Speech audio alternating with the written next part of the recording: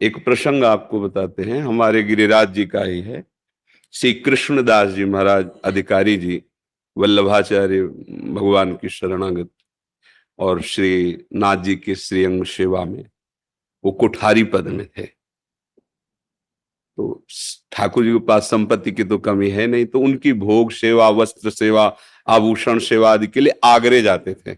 श्रीनाथ जी यहीं विराजमान थे, गिरिराज जी में ही प्रकट हुए ना, तो वहीं आज भी स्थान है। और वो इस समय नाथ द्वारे पे विराजमान है श्रीनाथ जी, हमारे ही वृंदावन के ब्रज के ठाकुर जी हैं। तो आगरे गए कृष्णदास जी, तो देखा एक नवीन अवस्था की वैश्या नृत्य कर रही है, और लोग ऐसे रुपए जैसे, तो वो उसके पास जाती, हाव भाव प्रकट करती। और वो संत थे कृष्णदास जी, वो ऐसे देखे, जब भीड़ इकट्ठा होती तो लगता क्या हो गया, तो वहां गए तो देखा वैश्या नृत्य करे, नवीन अवस्था की वैश्या।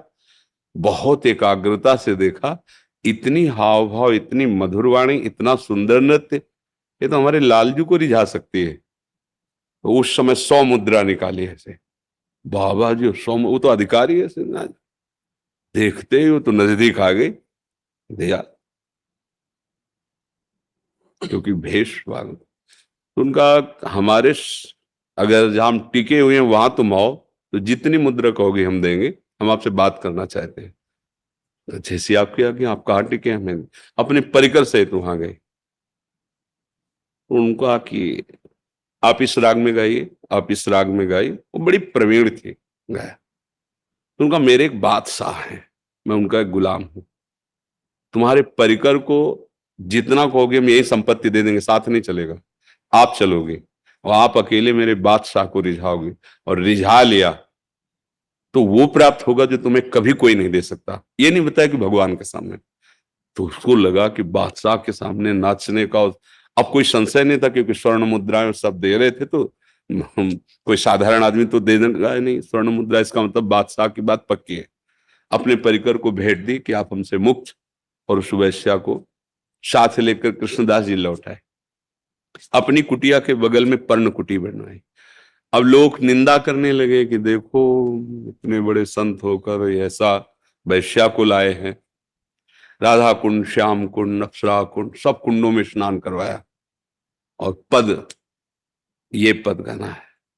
और जितना तुम चातुर्यता पूर्वक हमारे बादशाह को लुभायमान कर पाओ, जैसे तुम लोगों को लुभायमान कर रहे थे, विनय हम करेंगे, रीझ हो जाएंगे, और भेंट तत्काल मिलेगी, बस आप चलो।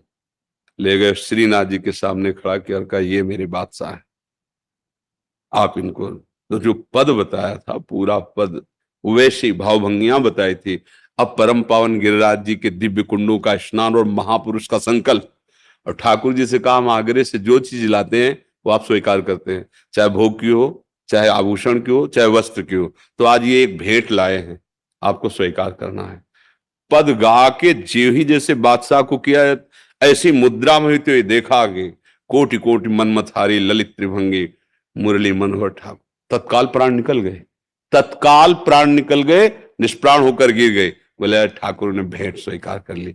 अब बोलिए, जो वैश्या है, अभी कोई साधना नहीं हुई, भगवान के शरणागत भक्त की बात मान ली, और वो भगवान के सामने भक्त का संकल्प और भगवान की कृपा, क्षण में परम पद को प्राप्त हो गई।